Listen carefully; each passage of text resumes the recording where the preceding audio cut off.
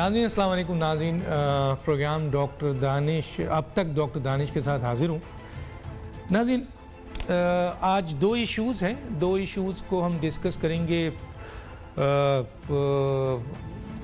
उसमें सबसे इम्पॉर्टेंट जो ये है कि जी क्योंकि मुतालबा बहुत ज़्यादा बढ़ गया है कि जी जो रेपिस्ट हैं, जो रेप करते हैं, ऐसे लोगों को सरेआम फांसी दी जाए। हालांकि हदूद के हिसाब से इस्लामी शरीयत का जो कानून है उसके तहत हद के हिसाब से सज़ा मौजूद है उसका कि उसे सरेआम संसार कर दिया जाए, या जो गैर शादीशुदा है उसको 80 कोड़े मारे जाएं, और जो शादीशुदा है उसको सरेआम संसार कर दिया जाए। ये कानून हद की मौजूद है, और ये इस्लामी कानून है, और ये अल्लाह का हुक्म है, और ये अमल दरामद हुआ है उस दौर में सारा। अब हम इस्लामी जमहूरिया पाकिस्तान में हैं, और इस्लामी जमहूरिया पाकिस्तान में जो आइन का आर्टिकल 2A और 227 है, वो ये कहता है कि इस मुल्क में कोई कानून ऐसा बन नहीं सकता जो कानून और सुन्नत के मुताबिक ना हो। अब 2A और 227 के मुताबिक तो यही कानून अमल दरामद होना चाहिए था, लेकिन बस यहाँ पे ताज़ीर के हवाले से सज़ा मुतय्यन की गई है रेप की। और वो ताज़ीर की सज़ा क्या है कि ज़ाहिर है वो DNA टेस्ट या दूसरे शवाहिद से अगर साबित हो जाता है तो ज़्यादा से ज़्यादा सज़ाए मौत दी जा सकती है। सज़ाए मौत मौजूद है पाकिस्तान के इस पाकिस्तान पीनल कोड 376, मैंने पहले भी बताया है, उसके तहत रेपिस्ट को जो रेप करते हैं उनको सज़ाए मौत दी जा सकती है। और माजी में आपने देखा है ज़ैनब के केस में, दूसरे केस में दी गई। अब जो मुतालबा हो रहा है वो ये मुतालबा हो रहा है कि जनाब सरेआम फांसी दिया जाए। तो सरेआम फांसी देने में क्या कबाहत है? अब इसी सिलसिले में हमारे गेस्ट हैं, उनसे हम बात करेंगे और उनसे पूछेंगे कि क्यों नहीं दी जा रही है। और माजी में ज़ियाउल हक साहब के ज़माने में पप्पू केस में सरेआम फांसी दी गई थी, और उसकी वजह से क्राइम बहुत नीचे आया था। और जब खुदा हुक्म देता है सरेआम का, तो फिर इंसान और इस्लामी दुनिया में और इस्लामी मुल्क में जहाँ कुरान और सुन्ना के मुताबिक कानून बनेगा, वहाँ ऐसा क्यों नहीं होता है? एक तो ये सवाल है जो मैं आगे चल के बात करूँगा। दूसरा एक बहुत अहम इशू है, और वो ये है कि देखिए नाज़रीन, ये जो IGs और चीफ सेक्रेटरीज़ होते हैं, ये वफाकी पोस्ट होती है, ये वफाकी पोस्ट होती है। वफाक इसको सूबे की कंसन से अपॉइंट करता है। लेकिन जो CCPO की पोस्ट होती है या DIG की पोस्ट होती है, या इस किस्म की जो पोस्ट होती है, ये सूबाई मसला होता है। लेकिन हम बड़े हैरान हैं कि इस सूबे पंजाब में जहाँ पर IGs का और चीफ सेक्रेटरी का 2 साल के अंदर में 5 IGs और 3 चीफ सेक्रेटरीज को तब्दील कर दिया गया 2 साल के अंदर में। हाँ, हालांकि पुलिस रूल्स 2002 के तहत इनकी जो अपॉइंटमेंट होती है वो 3 साल की होती है, और किसी को इतनी जल्दी जज नहीं किया जा सकता कि इसकी कारकर्दगी कैसी थी और गलत थी और अच्छी थी, या जब तक कि कोई बहुत बड़ा मिस्टेक ना करे। लेकिन जिस शख्स ने मिस्टेक किया है, जिस शख्स ने बहुत बड़ा फॉल्ट किया है, जिसके अपने जो प्रोफार्मा है उसके अंदर अखलाकी करप्शंस भी है और फाइनेंशियल करप्शन भी है, और IB की रिपोर्ट है इसके ख़िलाफ़, सिलेक्शन बोर्ड ने इसको रिजेक्ट किया, इमरान खान साहब ने प्रमोशन देने से मना किया, और जिसकी स्टेटमेंट पे आज पूरा पाकिस्तान एहतजाज पे है। इनके वुज़रा एहतजाज कर रहे हैं हुकूमत के कि ये CCPO को जो है वो फारिग किया जाए। अदालत जो है वो इस बात पर एतराज़ कर रही है कि ये CCPO ने बयान दिया इसके ऊपर, तो ये ड्रामा है, ये क्या चीज़ है, इसके पूरी काबीना को माफ़ी चाहिए। लेकिन दूसरी तरफ आइए कि इमरान खान साहब, जबकि ये CCPO का मामला है, इमरान खान साहब जो वज़ीर आज़म पाकिस्तान है इस मामले में इंटरफेरेंस करते हैं, और इस शख्स को जिसकी मुखालफत हुकूमत भी कर रही है, वज़रा भी कर रहे हैं, जिसकी मुखालफत अवाम भी कर रही है, पुलिस अफसर भी कर रहे हैं, और जो अदालतों ने भी सवाल उठाया है, लेकिन इमरान खान साहब जो हैं इस CCPO के फेवर में खड़े हो गए और कहा है जिस तरीके से ये कार्रवाई करना चाहता है उसे कार्रवाई की जाए। तो वज़ीर आज़म जो हैं वो अगर CCPO के मामले में आकर उसे सपोर्ट कर रहे हैं, इन तमाम खराबियों के बावजूद, इन तमाम गलतियों के बावजूद, इन तमाम एहतजाज के बावजूद, तो अब फैसला ये करना है कि आया वज़ीर आज़म का इस CCPO के अपॉइंटमेंट से क्या ताल्लुक़ है और क्या इंटरेस्ट है। और वज़ीर आज़म बताएं कि सच सच बताएं, हमें तो पता है, हम शायद टीवी पे ना बोल सके, लेकिन वो भी पता है कि इस CCPO को लाने के लिए किसका हुक्म माना गया है। आया वज़ीर आज़म ने ये अपने सवाबदीद पर लगवाया है, आया कि ये सूबाई मसला है, या किसी और के कहने पर लगा है। और वो इतना ताकतवर है वो शख्स, इतना ताकतवर है वो शख्स कि वज़ीर आज़म उसके सपोर्ट में खड़े हो गए, हालांकि उनके गुज़रा उनके अगेंस्ट बात कर रहे हैं। इन इशू पे बात करेंगे, एक छोटा सा ब्रेक लेते हैं, वापस आते हैं, फिर अपने मेहमान से बात करते हैं। कुछ टेक्निकल प्रॉब्लम्स आ गई है जो रेगुलर आ रही है यहाँ पे। मेरा ख्याल है इदारे के सरबराह को देखना चाहिए, रेगुलर टेक्निकल प्रॉब्लम है और टेक्निकल हेड जो है उनको भी देखना चाहिए कि हम रेगुलर टेक्निकल प्रॉब्लम को फेस कर रहे हैं, जिसकी वजह से हमारे गेस्ट को भी तकलीफ़ है। प्रोग्राम बहुत बेहतर करने के लिए हमें मुश्किलात आ रही हैं, ये हमें अपने हेड को रिक्वेस्ट करनी है। और दूसरी बात जो है इम्पॉर्टेंट ये है कि हम एक ब्रेक में जाएंगे, देखते हैं हमें कितने गेस्ट मिलते हैं, हम उनसे बात करते हैं। एक छोटा सा ब्रेक, फिर वापस आते हैं।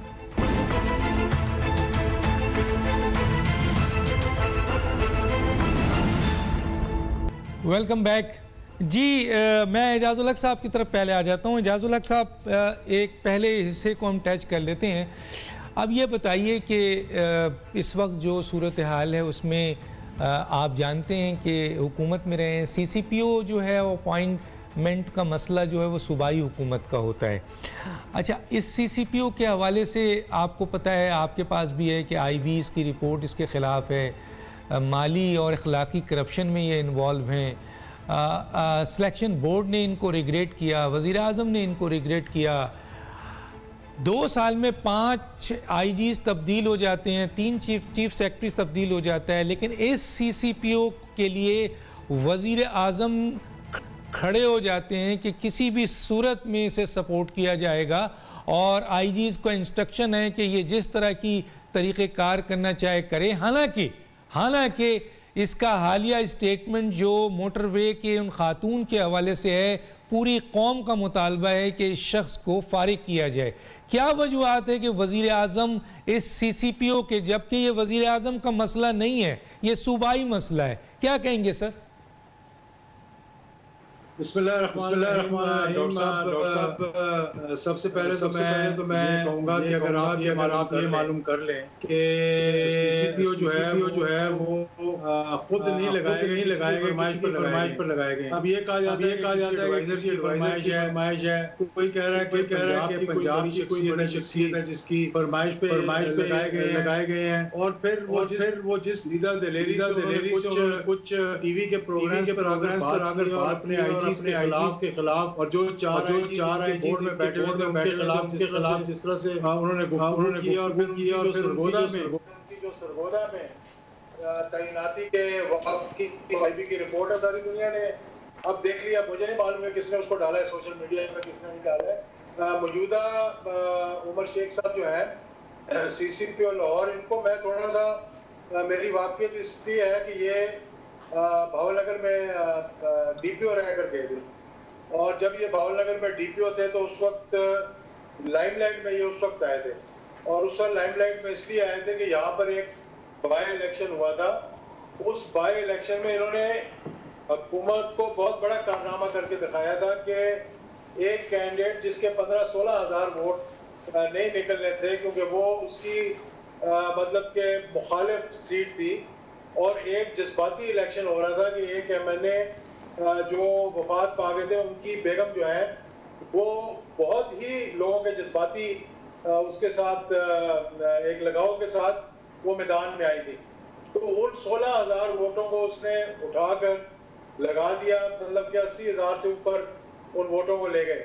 और मुझे याद पड़ता है, मैं ये बात टेलीविजन पे कर ही रहा हूँ, जब बात आपने शुरू कर दी है, तो मेरी जब बाद में उनसे मुलाकात हुई तो मुझे कहने लगे कि यार एजाज़ुल हक साहब, आप इतनी भाग दौड़ क्यों करते हैं इलेक्शन लड़ने के लिए?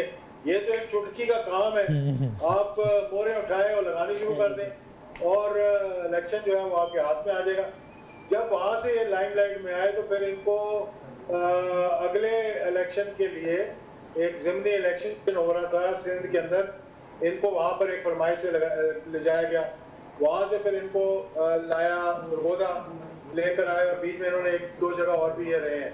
अब अफसोसनाक बात यह है कि देखें अफवाज पाकिस्तान का डिसिप्लिन सिर्फ इसलिए है कि जो भी इख्तलाफात हो जाए, आप फर्ज करें कि एक सीनियर जो है आपसे कितना ही इख्तलाफ आप उससे कर लें, एक सीनियर जो है वो कितनी ज्यादती कर दे, लेकिन कभी किसी जूनियर की ये जरूरत नहीं होगी कि वो पब्लिकली जाकर अपने सीनियर्स की जो है तौहीन करे, मतलब डिसिप्लिन ही खत्म हो जाता है वहां से। यानी आप किस तरह से अब आप ये कह सकते हैं कि एक जूनियर ऑफिसर के कहने पर और उसको सपोर्ट करने पर, जिसके लिए वज़ीर आज़म साहब ने आपने खुद ही कह दिया कि मैंने खुद ये बयान पढ़ा था, मुझे यकीन नहीं आया था कि उन्होंने कहा कि ये एक अच्छी शख्सियत है इनकी, या पता नहीं एक अच्छे इंसान है, एक अच्छे अफसर है। तो फिर आप किस तरह से इस बात को आप कह सकते हैं कि वो पब्लिक के लिए या इंसाफ के लिए वो ये बात कर सके। और फिर जो उनका बयान आया टीवी प्रोग्राम तो अपनी जगह जिस तरह से उन्होंने वो बयान दिए, लेकिन फिर ये मोटरवे के वाकया के बाद जो उनका बयान आया है, देखें हमारी सबकी माएँ और बहनें और बीवियाँ घर में होती हैं और अमूमन वो मतलब मैं तो नहीं कहता कि खुद से या ड्राइव कर रही हो या ना कर रही हो, लेकिन किसी के साथ भी ये हादसा पेश आ सकता है डॉक्टर साहब, कोई भी हो सकता है, पेट्रोल भी खत्म हो सकता है, गाड़ी का टायर भी पंचर हो सकता है, गाड़ी का इंजन भी फेल हो सकता है। लेकिन ये जो आपने बात की कि मतलब किसी की इतनी जरूरत कैसे पैदा हुई और क्यों वो कंफ्यूजन पैदा हुआ कि जिसमें ये कहा गया जी कि ये हमारी जुरिसडिक्शन नहीं है, आप फलां जगह कॉल करें या फलां जगह कॉल करें। तो इन चीजों को मैं समझता हूँ कि इसकी एक ही वजह है, वो ये कि पिछले दिनों में लॉ एंड ऑर्डर जिस तरह से खराब हुआ है कि जो कल्प्रिट्स हैं हर उस शख्स के पीछे जो कि एक नॉन आप कह लें कि शख्सियत है, जैसे कि ये जो अभी मौजूदा सूरत हाल में अनफॉर्चुनेटली मुझे बड़े एक दुखी दिल के साथ कहना पड़ता है कि दोनों जो पक्षों का ताल्लुक हमारे इलाके से बन रहा है, यहाँ से हारूनाबाद और कोटाबाद से, और बहुत ही लोग अफसरदा है इस बात पर। और ये लोग 2013 में एक इंसिडेंट के अंदर ये पकड़े गए थे, इनका डीएनए हुआ था जो मैच किया, उस डीएनए के बाद पॉलिटिकल शख्सियत ने, वेल नोन शख्सियत ने इनकी बेल करवाई और बेल करवाने के बाद ये फिर बाहर निकल गए और उसका नतीजा ये निकला कि इन्होंने फिर जाके इसी किस्म की कई वारदातें की। वो तो ये जब आप बयान देंगे तो आपको मालूम होगा। ठीक है ठीक है सर, मैं चाह रहा था कि आप ये इस बात को भी ज़रा बताएं कि वज़ीर आज़म इतना इंटरेस्ट क्यों ले रहे हैं। ये इस पर मुझे आऊँगा, मैं आगे आके बात करता हूँ दोबारा। बैरिस्टर साहब मैं आपकी तरफ आता हूँ। यही बात है कि सर अदालत ने सरजनिश की CCPO की उनके इस बयान के ऊपर, और फिर उनका जो माजी है उसके ऊपर तो सारा कुछ लिखत पढ़त है, ख़ुद वज़ीर आज़म ने इसको रिजेक्ट किया।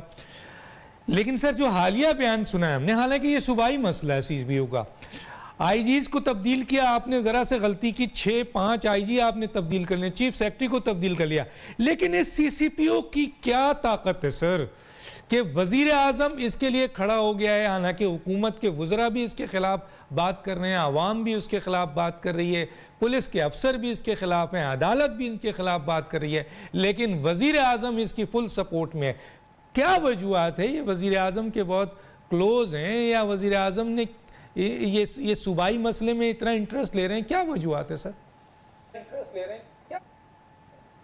देखिए डॉक्टर साहब, बिस्मिल्लाहिर्रहमानिर्रहीम, एक चीज़ तो बड़ी कैटेगोरिकल है कि जब आप एक पुलिस फोर्स के आप 6 सीनियर अफसरान DIGs को, IGs को इस बात के ऊपर चेंज करते हो कि आपके आगे वो सलूट मारने के लिए तैयार नहीं है, आपके आगे बाव डाउन करने के लिए तैयार नहीं है, तो आपने पूरे सिस्टम का मोराल ख़त्म कर दिया।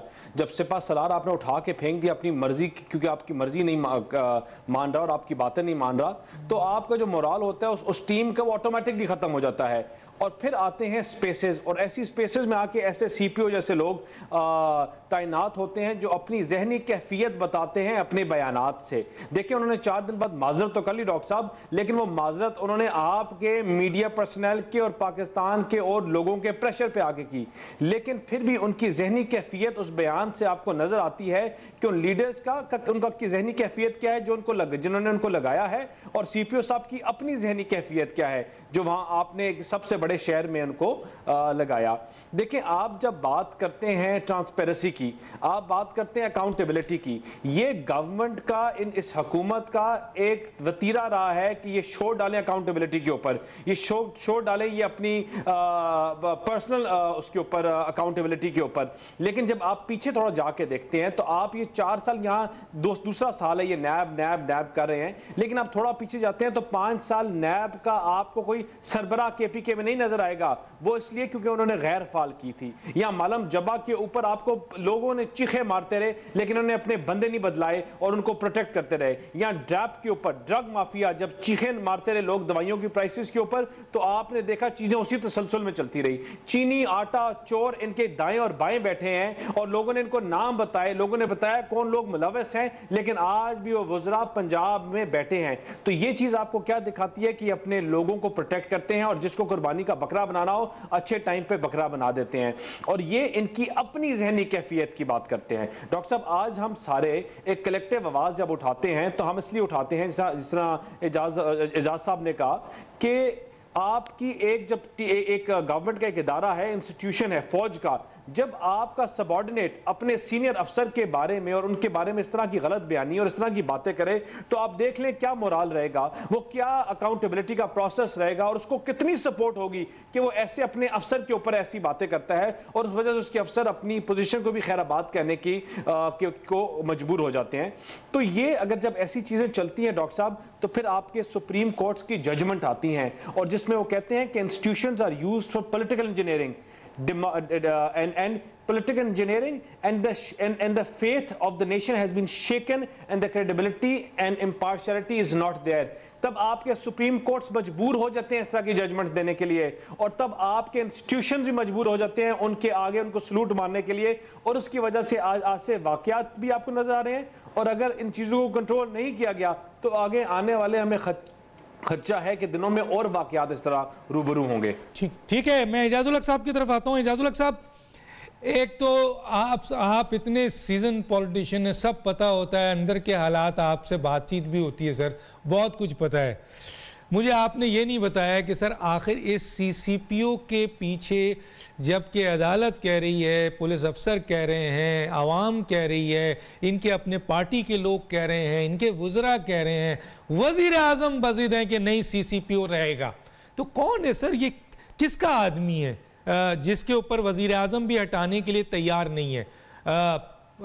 मैं पूछना चाहूँगा। एक तो ये, दूसरा सर कारकर्दगी ये है कि आपने हर चीज़ तो मीडिया पे लाकर खड़ी कर दी है सर, इन्वेस्टिगेशन भी ला दी है, इंक्वायरी भी ला दी है, आपने उसकी तस्वीर भी दे दी है। कल अगर अदालत में खड़े होकर उसने कह दिया कि शनाख्ती परेड में आपने जो पहचानने वाली बात की है, कल अगर अदालत में, अभी तो वो जो भी चाहें आप उससे कहलवा लें, लेकिन जब अदालत में आता है तो यही तो मुकर जाते हैं। अगर वो कल खड़े होकर कह दे, बड़ा टेक्निकल मैटर है कि जनाब मैं शनाख्ती परेड में पहचाना गया हूँ, तो वो कहेगा जनाब शनाख्ती परेड में तो आपने मेरी तस्वीर तो ऑन एयर कर दी थी, सारे लोग देख चुके थे कि मैं ही क्रिमिनल हूँ, तो उन्होंने उस लिहाज से दे दिया है। तो वो जो प्राइवेसी होनी चाहिए पुलिस की इन्वेस्टिगेशन में, इंक्वायरी में, और अभी भी जो लोग आए हैं, यानी अब्बास आया है तो वो भी खुद आया है, शफकत आया है तो खुद आया है, वो हैदर आया है तो खुद आया है, और जो नहीं आया पुलिस अभी तक उसको गिरफ्तार नहीं कर सकी। यह है कारकर्दगी, क्या कहते हैं सर?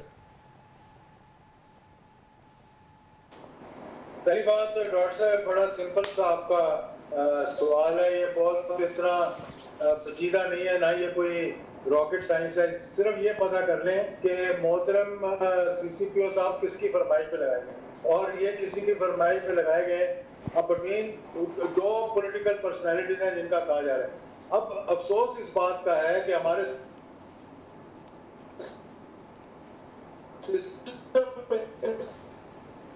किस्म का बन चुका ताल्लुक है कि जब आपके पास सिंपल मेजॉरिटी बिल्कुल यानी कि थोड़े से नंबर्स के साथ हो, तो फिर आपसे इस किस्म के काम करवाए जाते हैं जो कि मौजूदा वज़ीर आज़म से मुझे उम्मीद नहीं थी कि वो इस हद तक आगे जाएंगे। ऊपर यहाँ पर इतनी बेबसी, इतनी मजबूरी, तो फिर मैं समझता हूँ तो इससे बेहतर यह है कि आप इस्तीफा देकर घर चले जाएं। अगर आप इस किस्म का करेंगे कि आप आईजी को एक सीसीपीओ की मतलब के मुतालबे पे तो नहीं मैं कहूँगा, लेकिन उसके बयान पर अगर उसने कोई एक्शन लिया, शो कॉज नोटिस दिया या उसको वैसे ही उस पर तनकीद की, तो बजाय जवाब देने के अगर वो ये कहे कि जनाब या मैं रहूँगा या ये रहेगा, तो फिर उसके बाद वो शख्सियत इतनी तकड़ी हो, इतनी मजबूत हो कि वो कानून से भी बालातर हो और वो आइन से भी बालातर हो, और वो फिर ये वज़ीर आज़म को कहना पड़ जाए कि नहीं ये तो बहुत अच्छे अफसर हैं। वही वज़ीर आज़म मैं चंद दिन पहले मैंने अभी आप ही की मेहरबानी से और दूसरे एंकर्स की मेहरबानी से मैंने देखा कि एक माह पहले वज़ीर आज़म साहब जो आईजी को घर भेजा गया, घर तो नहीं भेजा गया, नारकोटिक का सेक्रेटरी बनाया गया है, जो पहले आईजी थे, उनके बारे में वो कह रहे थे कि इससे बेहतर शख्सियत ही कोई नहीं है पूरे पंजाब के अंदर, इतना बेहतरीन आईजी आज तक आई नहीं है। और अब सारा पाकिस्तान कह रहे कि जी इतना अच्छा सीसीपीओ नहीं आया, जिसको 4 आईजीज ने और पूरे बोर्ड ने रिजेक्ट कर दिया। वो मुझे तो लगता है कि कहीं ऐसा ना हो कि बैक डेटेड दोबारा वो करके बोर्ड करके कहीं इसको तरक्की देकर आईजी ना लगा, और ये नया कानून जो है वो सामने नजर आएगा। तो मैं ये नहीं कहता कि मैं किसी सीसीपीओ के खिलाफ हूँ या किसी आईजी के खिलाफ हूँ, मैं ये कहता हूँ कि कानून की बालादस्ती होनी चाहिए। अगर हम सियासत के अंदर है, जमहूरियत के अंदर है, तो मैं समझता हूँ कि उन लोगों को भी मैं सलाम पेश करता हूँ जो हुकूमत के अंदर होते, जिन वज़रा ने ये बात की और खोलकर बात की और उन्होंने कहा कि ये गलत किया गया है, तो मैं उनको भी मतलब ये क्रेडिट जाना चाहिए इस बात का, और पार्लियामेंट पूरी को इस बात का अता करना चाहिए। मेरा ख्याल है कि पूरी पार्लियामेंट को इस इशू को और रिक्वेजिशन करना चाहिए पार्लियामेंट के इजलास को, अपोजिशन को चाहिए कि बजाय 20 तारीख को बैठकर वहाँ जो इन्होंने एपीसी करनी है उससे पहले ये एक रिक्वेजिशन करें इजलास को, उस इजलास के अंदर ये सारे इश्यूज को डिस्कस करें। एक हमारी बहन की, एक पाकिस्तान की बेटी की इस बेदर्दी के साथ इज्जत लूटी गई है उस बच्चों के सामने कि मैं समझता हूँ कि इसका जो आपने शुरू में जिक्र किया, इसका एक ही इलाज है कि सरेआम फांसी नहीं देंगे, सख्त सजाएं नहीं बनाएंगे, पॉलिटिकल इन्फ्लुएंस इस्तेमाल करेंगे, या आप अपने मतलब बड़े बड़े माफिया जो हैं उनका इन्फ्लुएंस इस्तेमाल करेंगे, तो फिर पाकिस्तान के अंदर आप आपकी तवक्को नहीं कर सकते। अभी तक मैं समझता हूँ कि मोहतरम जजेस ने सुओ मोटो लेकर इस इशू को हतमी शक्ल क्यों नहीं दी, वो इस चीज को क्यों नहीं लेकर गए। हमने तो देखा कि छोटे छोटे इश्यूज पे सुओ मोटो माजी में लिए गए और पूरी फोर्स को लाकर वहां खड़ा कर दिया टहरी के अंदर। अभी इतने दिन हो गए हैं, लोग देख रहे हैं बड़े गौर से और इंसाफ के तलब आ रहे हैं। मुझे ये लगता है कि ये ना हो कि थोड़े दिनों के बाद शुगर कमीशन की तरह, उसके बाद दूसरा जो आईपीपी का कमीशन बना था उसकी तरह ये भी मामला जो है जैसे जैसे टाइम। ठीक है सर, मैं आगे बात करूंगा, लेकिन यहाँ पे कहता चाहता हूँ कि खुद सुप्रीम कोर्ट का एक स्टे है, जाजुल हक साहब, वो कह रहे हैं कि जी ये जो जजेस हैं वो इतने दबाव में फैसले कैसे करेंगे। मतलब कहाँ का दबाव है सर, कौन सा दबाव है? चीफ जस्टिस साहब मोहतरम साहब से यही तो गुजारिश है कि अगर वाकई दबाव इतना है तो फैसले तो सही नहीं होंगे, और जब इंसाफ नहीं होगा तो फिर वो कॉल तो आएगा ना कि कुफ्र का निज़ाम चल सकता है, क्या जुल्म का निज़ाम नहीं चल सकता है, बहुत जुल्म हो रहा है। मैं इससे पहले कि दानियाल साहब की तरफ आऊँ, एक छोटे सा ब्रेक लेते हैं नाज़रीन, फिर वापस आते हैं।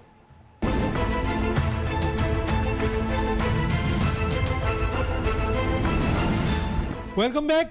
दानियाल साहब क्या कहेंगे इस अमल को, इस पोजीशन को, इस हैसियत को, इस सिचुएशन को कि हुकूमती वुज़रा ऑन एयर टीवी में टॉक शोज़ में आकर बात करके इस सीसीपीओ के ख़िलाफ़ स्टेटमेंट दे रहे हैं, हटाने की बात कर रहे हैं, लेकिन काबीना की जब बात होती है तो वहाँ पर वज़ीर आज़म के सामने कोई बोल नहीं पाता है। और वज़ीर आज़म के स्टेटमेंट के सामने कोई खड़ा नहीं होता है। तो ये किस तरह की जमहूरियत है सर? ये किस तरह के काबीना है कि बाहर तो कुछ बात करती है लेकिन जब वज़ीर आज़म सामने बैठे होते हैं तो किसी की ज़रूरत नहीं होती है। तो ये तो हम डिक्टेटर के ज़माने में भी नहीं देखते थे ऐसे हालात। डॉक्टर साहब, मैं आपकी एक चीज़ को आंसर करना चाहूँगा कि पहले आपने जो कहा शनाख्त परेड की बात की, देखिए कानूनी शहादत की एक बहुत बड़ी प्रोविजन है, क्योंकि मैं एक फौजदारी वकील भी हूँ, तो उसकी एक बहुत बड़ी एक प्रोविजन है, वो है शनाख्त परेड, जो आपके केस का बड़ा एक इम्पॉर्टेंट रोल होता है। जब ऐसे केसेस में आप मुल्जिम की तस्वीर बार बार दिखाते हैं और बार बार कहते हैं कि ये मुल्जिम है और ये फ़लाँ वजह से, और पूरे फैक्ट्स भी बयान करते हैं, तो ये इन रियलिटी कोर्ट्स में आपको बड़ा नुकसान देता है, क्योंकि उस शनाख्त परेड जो बेसिकली मेन चीज़ होती है आइडेंटिफाई करना विक्टिम को, वो ऑलमोस्ट पूरी एक चीज़ रूल आउट हो जाती है। तो ये आपको ये इनकी कोताहियाँ और इनकी नालायकियाँ आपको यहाँ नजर आती हैं कि जो आपका पास बड़ा वाइटल पीस ऑफ एविडेंस है, आप उसको इंटरनेशनल आप अपनी ट्वीटों से आप उसको ब्रेक कर रहे हो, आपके वज़रा ट्वीट कर रहे हैं और कबल वक्त डॉक्टर साहब आपके 72 घंटे के ट्वीट इनके स्पोक्स पर्सन ने किया और कहा कि मैं अपने चीफ मिनिस्टर को मुबारकबाद देता हूं कि उन्होंने 72 घंटे में एक केस सॉल्व किया, और अपने कबलस वक्त ट्वीट फिर आपके चीफ मिनिस्टर ने एक प्रेस कॉन्फ्रेंस की जिसमें उन्होंने कहा कि हमने कल्प्रिट्स को पकड़ लिया, तब उन्होंने झूठ बोला, ना कल्प्रिट को पकड़ा, वो कल्प्रिट्स खुद इनके पास आए।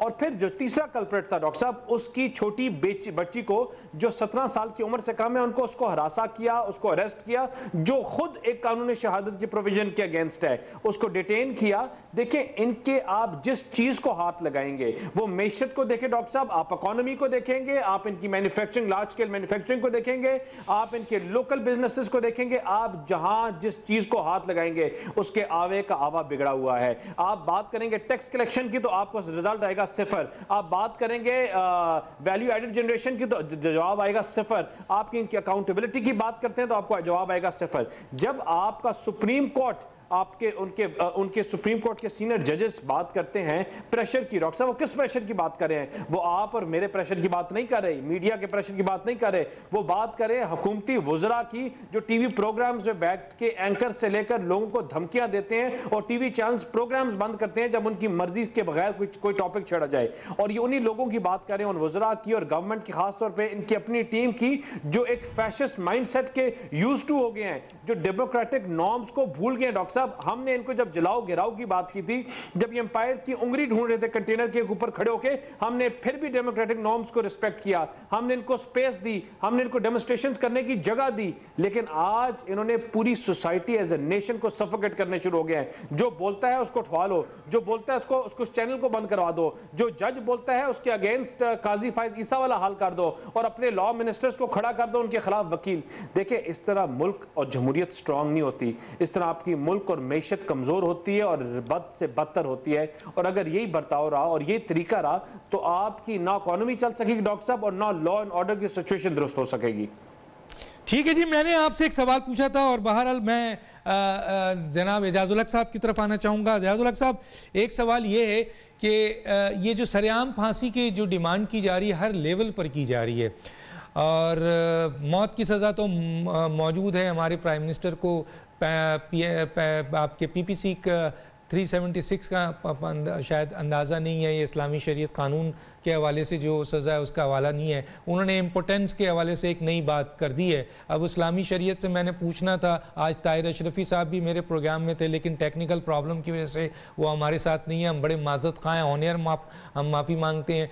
सवाल ये है सर कि पप्पू केस हुआ था ज़ियाउल हक साहब के ज़माने में, सरेआम फांसी दी गई थी और उसके बाद क्राइम रेट बहुत गिर गया था सर। आज सरेआम फांसी की डिमांड की जा रही है, क्या कहते हैं सर आप?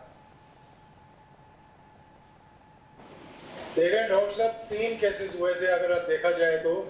एक पप्पू केस था, एक मियांवाली में केस हुआ था और एक कोयटा में केस हुआ था। ये 3 लोग थे जिनको सरेआम फांसी दी गई थी। तो उसके बाद फिर 11 साल इस किस्म के केसेस नहीं आए थे और उसकी वजह यही थी कि इन मामलात के लिए सख्त से सख्त सजाएं होनी चाहिए। अभी पिछले दिनों मैंने एक अरब ममालिक के अंदर देखा कि किसी शख्स ने इसी तरह एक बच्चे के साथ ज्यादती की थी विदिन मिनट। यानी आप देखें पुलिस वाले पहुंचे वहां पर और जब पता लग गया कि यही शख्स है उन्होंने उसे स्पेयर नहीं किया, वहां ही उसे सजा दी और गोली मार दी गई उसे। तो यहाँ पर भी जब तक आप डिटरेंस नहीं लेकर आएंगे, जब तक आप लोग देखेंगे देखें हमें तो किसी ने कुछ कहने नहीं है। और कितने केसेस आ चुके हैं पाकिस्तान के अंदर, बच्चों को उठाकर आपने देखा कि तेजाब के अंदर डाल दिया गया था, बच्चों को ज्यादती करने के बाद ड्रमों के अंदर से लाशें मिली थी। फिर कोयटा में जो केस हुआ अभी हाल ही में, मैं उन जजेस से पूछना चाह रहा हूँ जो कह रहे हैं कि हम पे प्रेशर होता है कि भाई इससे ज्यादा विटनेस आपको क्या चाहिए था कि सीसीटीवी फुटेज आपके पास थी, एक शख्स को आपने गाड़ी चलाते हुए देखा, उस गाड़ी की जो क्लोजअप फुटेज आपके पास आई, वो नीचे उतरा गाड़ी से, उसकी आपके पास फुटेज थी, और फिर आपने क्या कह दिया कि लैक ऑफ एविडेंस की वजह से। आप मुझे बताएं कि कोई शख्स, किसी दहशतगर्द को आप ले लें पाकिस्तान के अंदर, मैं नाम नहीं कहना चाहता, आप उसके खिलाफ किसी शख्स के, मैं खुद इस बात का विटनेस हूँ डॉक्टर साहब के मेरे ऊपर 3 मरतबा हमला हुआ, दहशतगर्द पकड़े गए, 7 दहशतगर्द पकड़े गए, कोई कोर्ट में उनके खिलाफ ना पुलिस और ना कोई एविडेंस देने के लिए आया। हालांकि हर किसी को मालूम था कि इनका किस तंजीम के साथ ताल्लुक है, इनका बैकग्राउंड क्या है, ये कहां से आए, सारे एविडेंस के साथ उनको पकड़ा गया था। लेकिन जब लैक ऑफ एविडेंस की वजह से 6 माह बाद छोड़ दिया गया, और उस रहमान मलिक साहब इंटीरियर मिनिस्टर थे, मैंने उनको खत लिखा 3 सफ़ों का, पूरी तफसील उनको लिख के भेजी। फिर मौजूदा प्राइम मिनिस्टर साहब को भी मैंने खत लिखकर भेजा, तो उन्होंने आगे मिनिस्ट्री ऑफ इंटीरियर को फॉरवर्ड कर दिया। तो ये तो जब जिस मुल्क का ये हालत हो जाएगी कि जहाँ पर विटनेस जाते हुए डरेगा, क्योंकि उसके भी घर में माएँ बहनें बेटियाँ हैं, और धमकी दे दी जाती है, जजेस भी डरते हैं।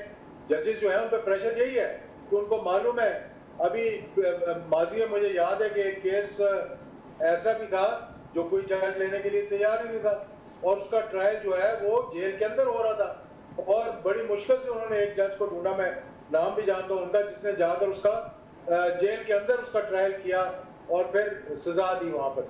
तो ये हाल इस मुल्क का हो गया। क्या वजह उसकी? कि लैक ऑफ एविडेंस कहा जाता है और डिटरेंस कोई नहीं है।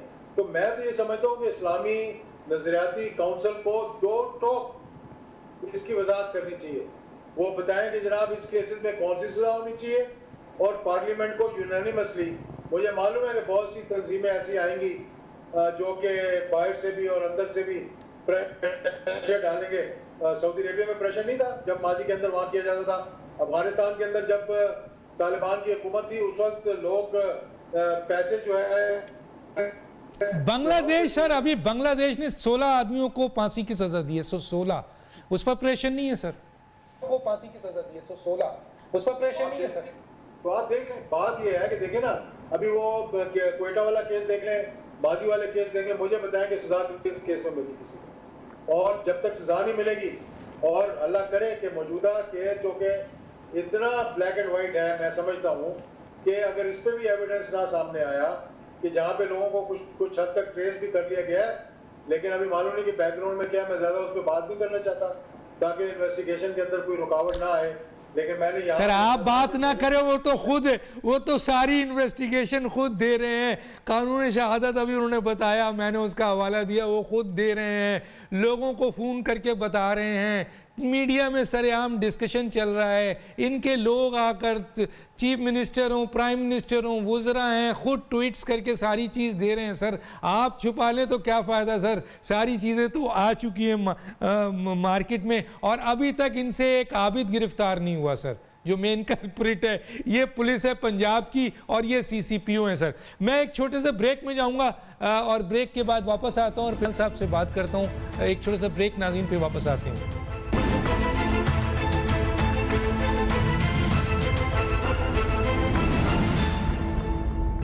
वेलकम बैक जी। दानियल साहब, मैं एक सवाल आपसे करना चाहता हूँ। बैरिस्टर भी हैं, कानून भी हैं, मुसलमान भी हैं, माशाल्लाह शरीयत को भी समझते हैं। सर ये जो रेप है, ये जो इसके हवाले से अल्लाह ताला ने हद के हवाले से ये डिफ़ाइन कर दिया है सज़ा, और ये सज़ा अमल दरामद हज़रत अकरम सल्लल्लाहु अलैहि वसल्लम और खुलफ़ाए राशिदीन के ज़माने में हुई है, सरेआम संसार किया गया है, ठीक है जी। और अल्लाह से ज़्यादा इंसानियत को कोई नहीं समझता है, और अल्लाह से ज़्यादा इंसानियत को प्यार करने वाला कोई भी नहीं है।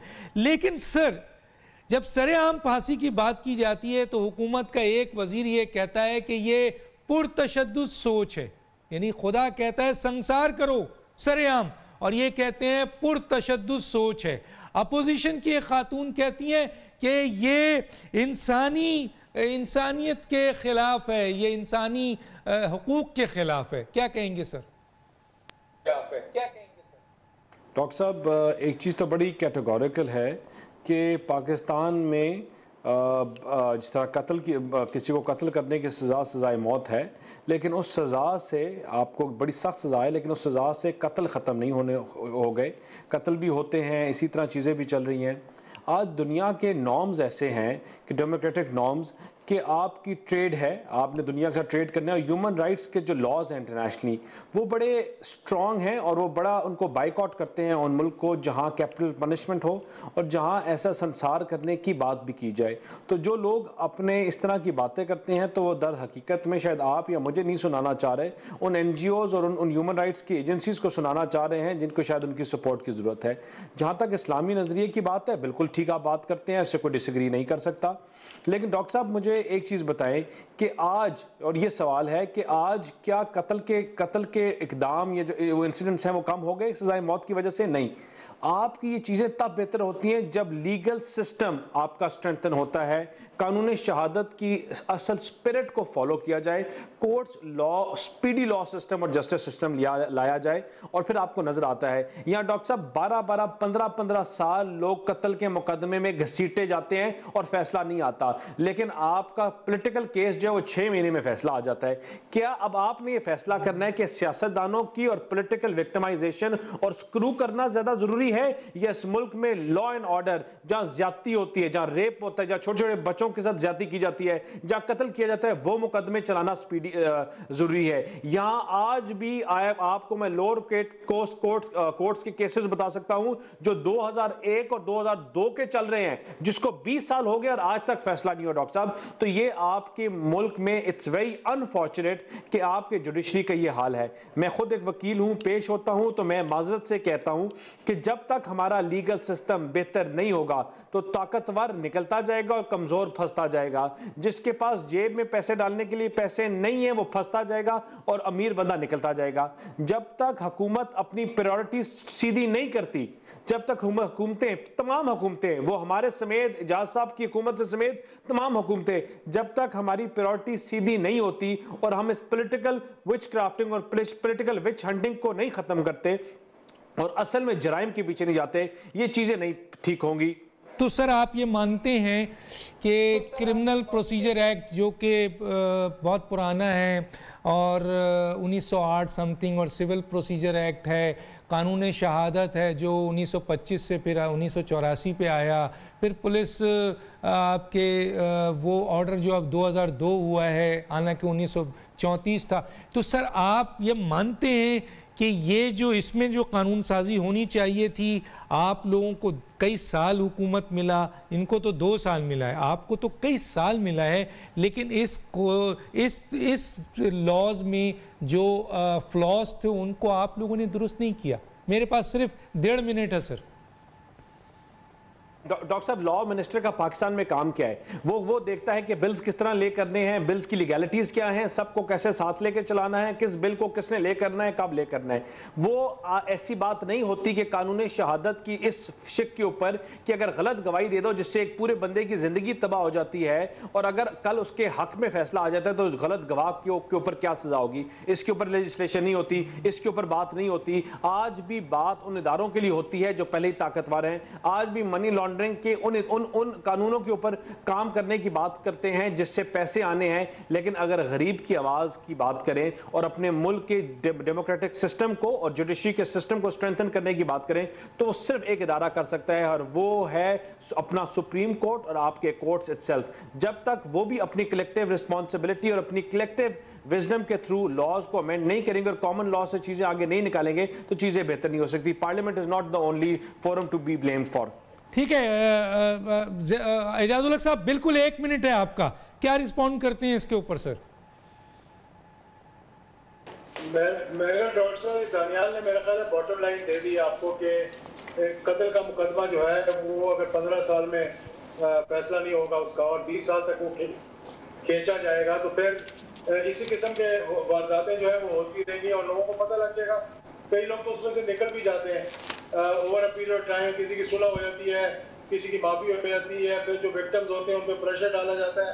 और इसी तरह बाकी भी जो है, तो इस तमाम सिस्टम को जुडिशरी को भी बैठकर देखना चाहिए और पार्लियामेंट को भी देखना चाहिए। कुछ रिकमेंडेशन जो है वो जुडिशरी की तरफ पार्लियामेंट को आनी चाहिए, कुछ रिकमेंडेशन जो है पार्लियामेंट की जुडिशरी की तरफ जानी चाहिए, बल्कि एक ऐसी कमेटी बनानी चाहिए जो कि इंटरैक्ट करे बिटवीन द टू इंस्टीट्यूशंस और वो देखें कि पाकिस्तान के अंदर कहाँ पे फ्लॉज है, कहाँ पे कमजोरियां हैं, कब के लेबर लॉ बने हुए हैं, पुलिस रिफॉर्म्स कब के हैं। अगर वो 2001 के या 2002 के जो पुलिस रिफॉर्म्स आए थे उसको मनो ऑन इम्प्लीमेंट कर दिया जाता और डिवॉल्व करके लोकल बॉडीज को इख्तियारात दिए जाते हैं। ठीक है, पुलिस जो है, ठीक है सर, ठीक है, ठीक है, ठीक है। आप दोनों मेहमानों का बहुत शुक्रिया। डॉक्टर दानिश को इजाज़त, हाफिज़।